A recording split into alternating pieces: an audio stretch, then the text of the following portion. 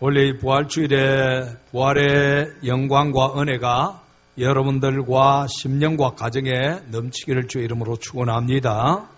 기독교의 부활은 우리 기독교 핵심이고 또 이 기독교의 진리의 정점입니다. 성경의 기록대로 예수님의 부활이 사실이라고 한다면은 여러분 성경은 진리의 말씀이 되어지는 것이고 따라서 우리의 궁극적인 운명은 인생의 이 죄 때문에 죽는 죽음으로 끝나는 것이 아니고 영원한 천국 본향에 들어가는 은혜를 입게 되어지는 것입니다. 그래서 우리 인생을 진지하게 한번 생각해 본다라고 한다면은 이 주님의 부활을 반드시 내 믿음의 확신으로 다가가야 되는 것입니다.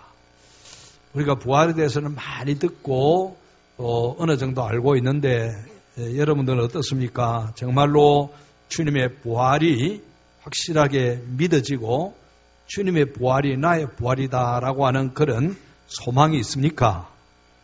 예, 한 번 더 확인하시고 또 확인하시기를 바랍니다. 예? 우리 기독교의 이 가장 진리의 핵심되는 이 부활에 대한 믿음이 없고 여기에 대한 소망이 없으면은 우리 인생은 별로 의미가 없습니다. 나중에 실패할 수밖에 없습니다. 부활하신 주님, 정말로 예수 그리스도는 부활하셨고 그 주님만이 나의 유일한 소망이다. 이런 믿음이 있을 때 세상을 이기는 그리스도인으로 살 수가 있습니다. 근데 만약에 예수님의 부활이 역사적으로 일어나지 않았다라고 한다면은 여러분 어떻게 되겠습니까? 예? 그런 생각은 안 해보셨습니까? 주님의 부활이 이게 이 진짜가 가짜 아닌가? 만약에 예수님의 부활이 가짜라고 한다면은 여러분 그 부활을 믿고 따라가는 우리는 어떻게 되겠습니까? 아까 우리 앞에서 찬양 인도자도 그랬고 기도하는 기도자도 그랬는데 바울이 선언한 대로 만약에 예수님의 부활이 없다면은 우리 믿음이 헛것이라 그랬습니다. 우리 믿음 뭐 이렇게 좋은 날 여러분 놀러가고 그리고 즐기고 해야 되는데 예수님의 부활이 있기 때문에 우리는 주님 부활하신 이 주의 날을 지키고 하나님 앞에 예배로 영광 돌리는 것입니다. 세상 가치보다도 이 진리를 더 귀하게 여기고 따라가는 것입니다. 여러분 예수님 부활이 역사적 사실이 아니라고 한다면 믿음의 헛것이라고 하는 바울이 어떤 인물인지 여러분 아시잖아요. 유대인이지만은 로마 시민권을 가진 그런 인물이요. 당대 가말리엘 문화, 최고의 문화에서 학문을 했던 학벌로도 굉장히 뛰어나고 가문도 출중하고 장래가 촉망되는 그런 청년이었습니다. 근데 이 청년의 이 인생의 목적과 과업은 예수 믿는 자를 박멸하는 것이었습니다. 그걸 인생의 최고의 소망인 줄 알고 그렇게 살았는데 이 사람이 바뀌어버렸습니다. 예수 믿는 사람을 그렇게 박멸하던 사람이 그 예수 그리스도를 전하고 예수의 부활을 전하는 그런 전도자가 되어버린 것입니다. 그 이유가 무엇입니까? 네? 부활의 주 예수 그리스도를 만났기 때문에 그렇습니다. 바울 같은 인물이 부활의 주님을 만나지 않았다라고 한다면 절대로 이렇게 기독교인으로서 자기의 그 장래 성공을 다 포기하고 예수 그리스도를 위해서 고난받고 멸시받고 매맞고 천덕꾸러기처럼 그렇게 살았겠습니까? 부활의 소망이 있기 때문에 그는 그렇게 살았습니다. 그래서 우리가 오늘 정말로 예수님 부활하셨는가 하는 것들을 한 번 더 정리하면서 우리 부활의 믿음의 굳건히 서기를 바랍니다. 예수님 부활을 말할 때 전제 조건이 있어야 됩니다. 선행 조건이 있었는데 그것이 예수님의 죽음입니다. 예수님이 정말로 죽으셨느냐? 예수님이 죽었다라고 하는 것이 가짜가 아니냐? 예수님의 죽음이 확실하게 이루어졌다면은 예수님의 부활도 진짜입니다. 그래서 우리는 오늘 이 부분들을 좀 생각하려고 하는데, 성경에 있는 팩트대로 우리가 이렇게 살펴보면은 예수님은 십자가를 앞두고 많이 번민하시고 고민하셨다고 했습니다. 이 모진 십자가를 어떻게 내가 감당할 것인가? 하나님의 아들이지만은 죄인의 모든 죄를 짊어지신 그 죄값이 너무나 고통스럽기 때문에 우리 예수님은 그것 때문에 고민하셨고, 그래서 목요일 밤에 제자들과 함께 마지막 만찬을 나누시고 겟세마네 산에 가셔서 기도하셨습니다. 땀방울이 핏방울이 될 정도로 아주 긴장하고 스트레스가 쌓이면 모세혈관으로 피가 흘러나와서 땀에 섞여서 그렇게 된다고 이제 의사들이, 예수님의 죽음을 이렇게 상세하게 집필한 의사들이 그런 이야기를 하고 있죠. 그리고 이제 예수님은 체포되셔서 채찍에 맞으시는데, 유대인들이 빌라도 총독에게 예수를 십자가에 못 박으라고 집요하게 요구합니다. 그래서 빌라도는 예수를 채찍으로 때리고 십자가에 못 박도록 내주는데, 로마의 채찍을 한번 보도록 하십시다. 로마 시대의 채찍이 어떤 것인가?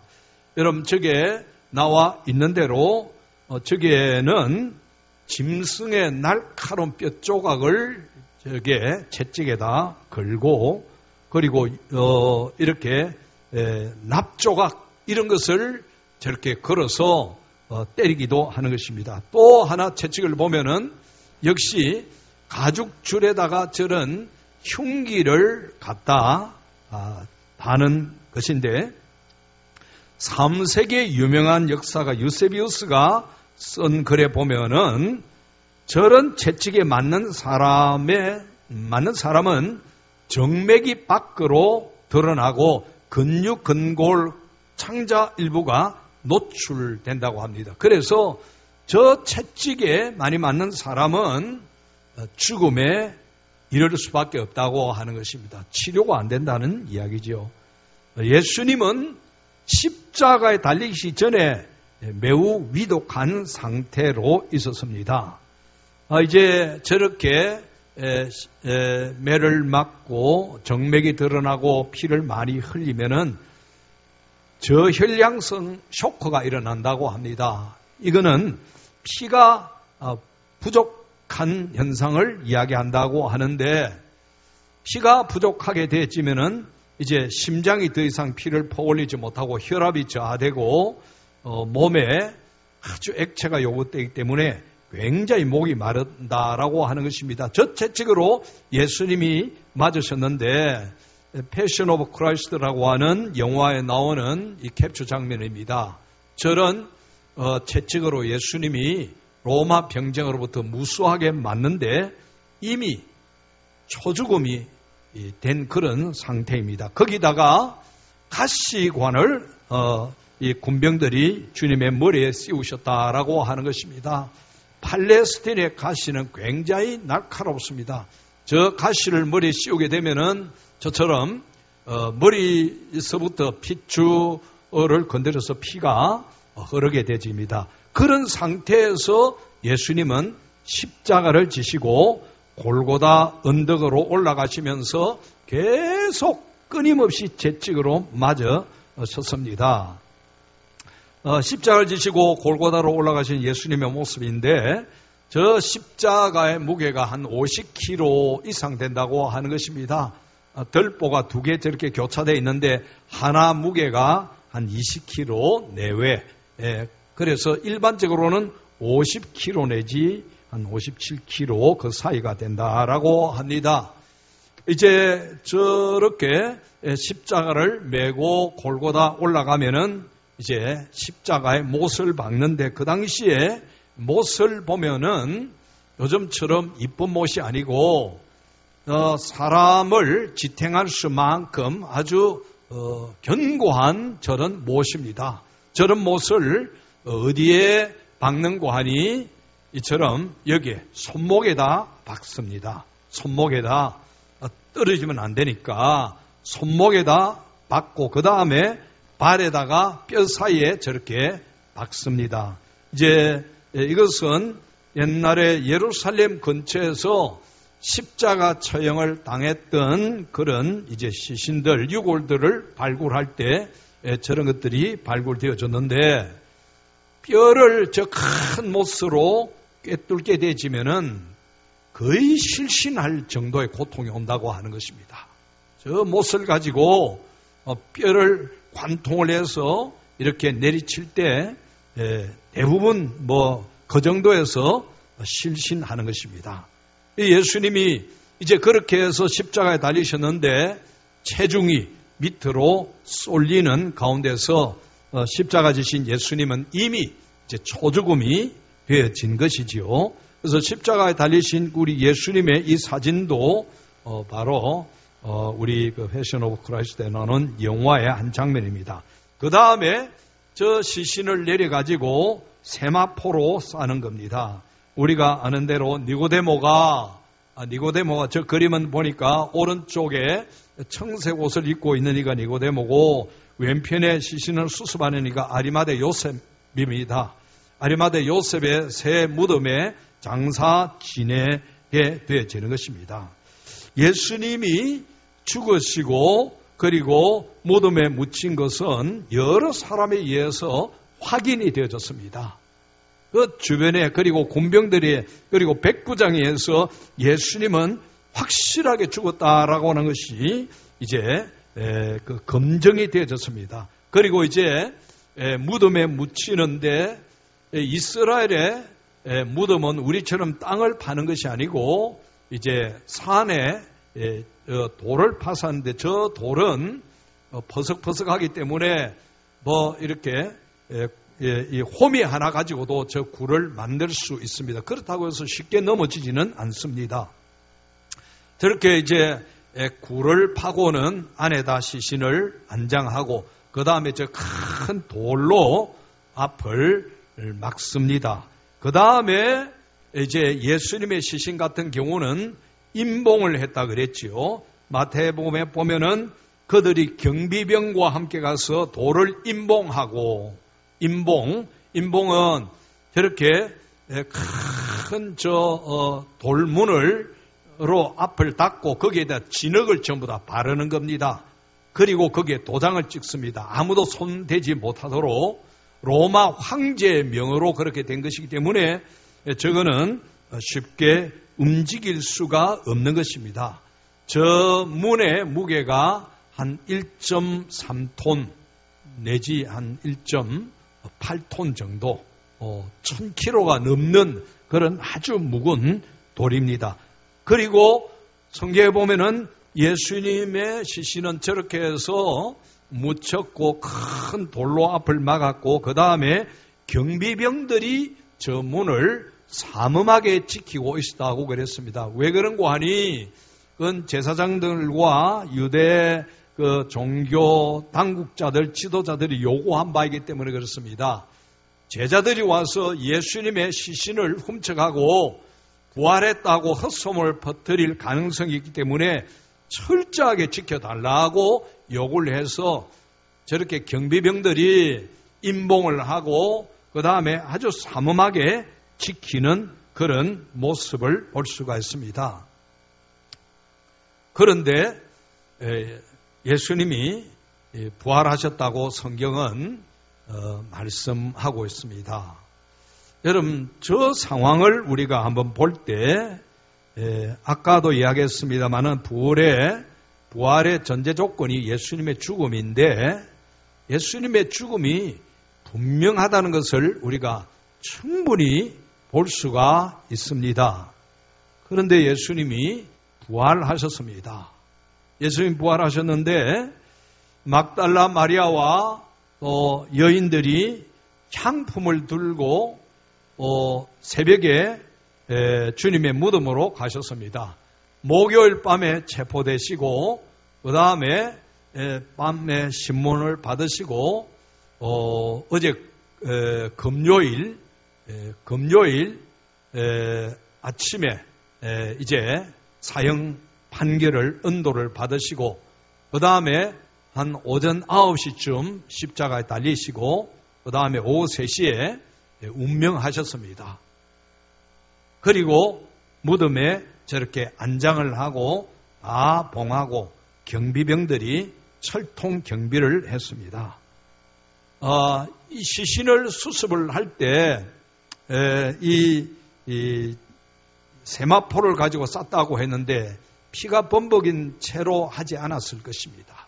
어느 정도 그 피를 다 닦아내고 그 다음에 이렇게 세마포를 잘 정성스럽게 쌌을 것인데 여인들이 향품을 가지고 새벽에 예수님의 무덤으로 간 것을 볼 때 이 유대 풍습에 의하면은 시신에 향유를 바르는 것이 전통 예입니다. 이 사자에 대한 그 존중하는 마음입니다. 그래서 시신을 닦기는 했지만은 이제 제대로 향품을 바르지 못하기 때문에 여성들이 향품을 들고 새벽에 일찍이 가서 보니까 놀라운 광경이 벌어졌습니다. 무덤을 지키고 있던 경비병이 없어졌습니다. 성경에 의하면은 무덤이 비어 있고 예수님 시신이 없었기 때문에 경비병들이 도망갔다고 그랬습니다. 도망가고 문이 저렇게 열린 빈 무덤을 보고 저 여인들이 제자들에게 달려갔습니다. 달려가서 베드로와 제자들에게 우리가 예수님이 부활하신 것을 봤다 라고 전하니까 베드로가 뭐라고 이야기했습니까? 허탄한 뜻이 배웠다 그랬죠. 허탄한 이야기 한다 그랬습니다. 그 당시 여성을 비하하는 그런 시대였기 때문에 이 여자들이 쓸데없이 아침부터 헛소리하고 다닌다라고 하는 그런 의미입니다. 그랬지만은 베드로와 제자들은 그러나 또 예수님이 평소에 내가 죽으면은 3일 만에 부활할 것이다 하고 하시기 때문에 저 무덤으로 달려온 것입니다. 무덤으로 달려와서 보니까 무덤이 열려 있습니다. 그리고 세마포만 거기에 놓여져 있고 시신은 없었습니다. 요한복음에 보면은 제자들이 세마포를 보고 그때야 비로소 들어가 믿더라 하고 그랬습니다. 문도 열려 있고 그 다음에 세마포도 있는데 예수님의 시신은 없습니다. 예수님의 부활을 부인하는 학자들이 굉장히 많이 있습니다. 지금도 할 수만 있으면은 기독교를 무너뜨리기 위해서 엄청난 돈을 써서 연구하는 학자들이 있습니다. 그들 중에 저 예수님의 부활 사건을 보고 도적설이라고 하는 이상한 주장을 하는 사람들이 있습니다. 제자들이 와서 예수님의 시신을 도적질했다고 그렇게 퍼뜨리는 것입니다. 여러분, 예수님의 제자들이 예수님의 시신을 도적질했다면 저렇게 찾아올 수가 없습니다. 저게 찾아오면 바로 체포될 것이고, 그리고 사모만 경비들이 철통 경비를 하고 있는 거기에 어떻게 이 제자들이 와서 예수님의 시신을 훔쳐가겠습니까? 예수님 체포될 때 베드로를 비롯한 제자들, 베드로는 예수님 3번이나 모른다고 부인하고 저주까지 했던 그런 인물인데 저렇게 무덤에 와서 도적질해 갈 수 있는 인물이 못 되는 것입니다. 그리고 기절설이라고 하는 것을 주장하는 사람들도 있습니다. 예수님이 기절을 했는데 죽은 줄 알고 사람들이 무덤에 갖다 넣었다가 예수님이 정신을 차리고 그리고 원래 도망쳤다라고 하는 그런 이야기입니다. 여러분, 우리가 앞에 살펴보았듯이 예수님은 채찍에 맞아서 이미 초죽음이 되어 있었습니다. 혈관이 터지고 피가 다 흘러나오고 수분 부족 또 혈압 저하로 인해서 살아날 기력이 도무지 없습니다. 설령 정신을 차리고 깨었다 할지라도 저 큰 돌문을 어떻게 열고 그리고 삼엄한 경비를 뚫고 나올 수 있겠느냐? 절대로 없습니다. 뿐만 아니라 부활 이후에 예수님을 만났던 예수님이 자신을 나타내셨던 사건들이 부활 이후에 성경에 한 10번 나타납니다. 그것도 잠시 나타난 것이 아니고 40일 동안에 10번에 걸쳐서 나타났는데 우리가 잘 아는 대로 도마에 관해서 도마는 주님 부활하셔서 제자들에게 오셨을 때 그 자리에 없었습니다. 제자들이 도마에게 도마야 우리 부활하신 주님 만났다라고 하니까 도마가 뭐라고 했습니까? 거짓말 하지 말아라. 나는 내 눈으로 안 보고 내 손으로 안 만져보면은 믿지 못하겠다. 그랬습니다. 그런데 어느 날 주님이 부활하신 주님이 다시 제자들이 있는 곳에 찾아오셔서 특별히 도마를 지적해서 부릅니다. 도마야, 너 손 내밀어서 못자국과 창자국에 한번 넣어봐라. 도마가 창자국에 손을 조심스럽게 넣는 유명한 그림이 있죠. 이태리의 유명한 화가 카라바조가 의심하는 도마라고 해서 저게 창자국에 손을 넣고 있습니다. 그리고 구에르치노라고 하는 역시 이탈리아의 화가가 의심하는 도마라고 해서 그린 그림이 있는데 저 그림을 보면은 특별히 이 도마의 손가락이 엄청나게 깁니다. 저 긴 손가락 가지고 옆구리에 난 창자국에다 손을 넣어보는 모습이 있습니다. 도마가 확인하고 난 다음에 주님 뭐라고 하셨습니까?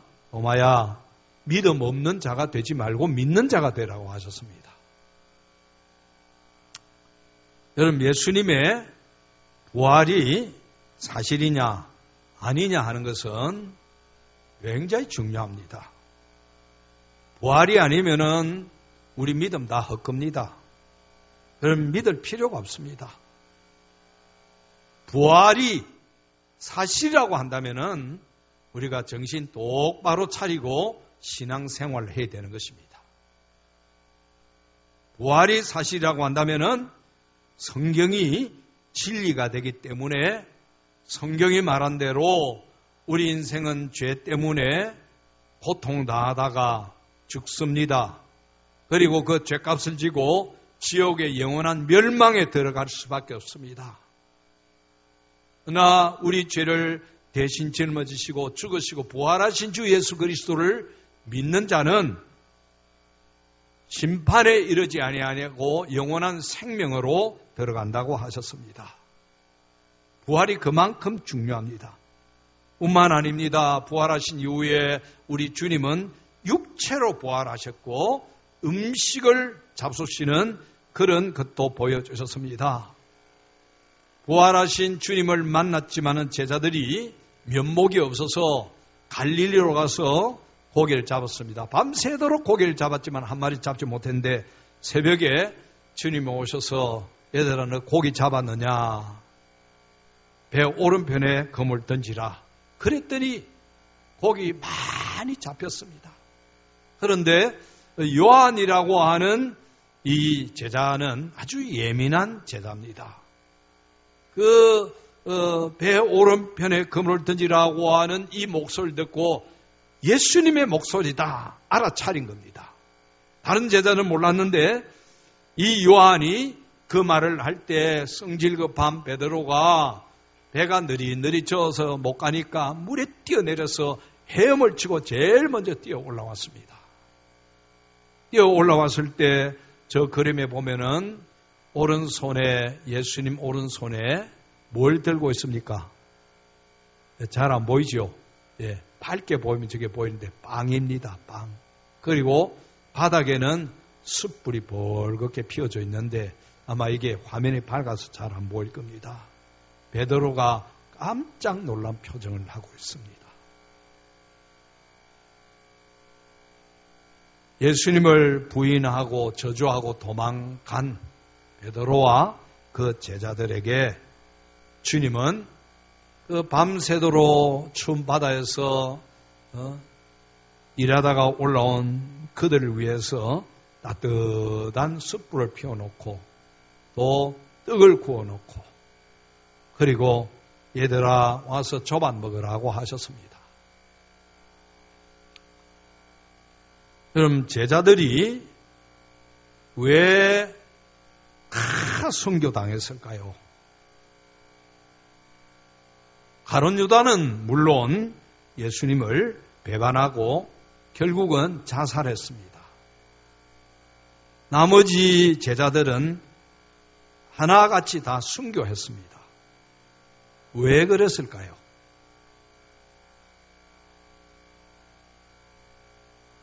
예수님이 부활하시기 때문에 그것도 번쩍 지나가는 예수님 본 것이 아니라 40일 동안 만져도 보고 얼굴도 맞대고 음식도 나누고 대화도 하고 분명한 그런 부활의 확증을 가지고 있었기 때문에 부활의 주 예수 그리스도를 전하는 것을 사명으로 삼고 이 제자들은 다 순교했습니다.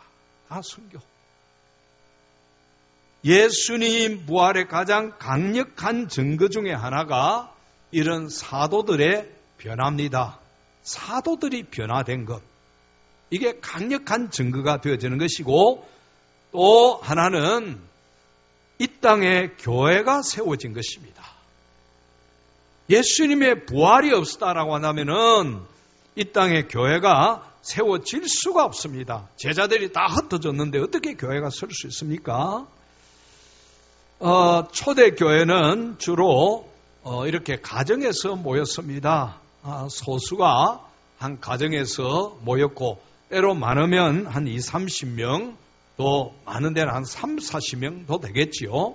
그래서 가정에서 모였는데 가정에서 모여서 뭘 했는고 하니 이제 주로 저녁에 많이 모였는데 전부 다 이 먹을 것을 조금 가져옵니다.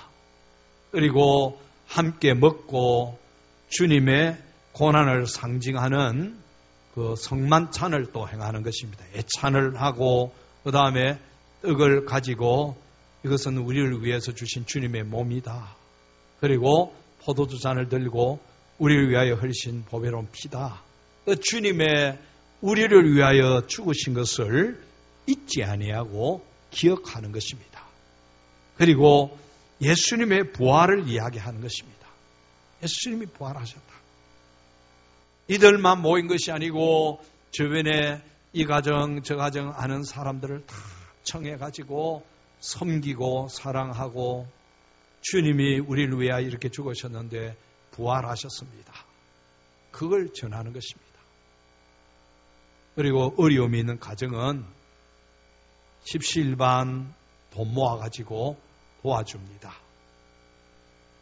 예수 믿다가 박해당하고 감옥에 한 식구들이 있으면 그 가정을 뭐 먹을 것 같이 주는 것입니다.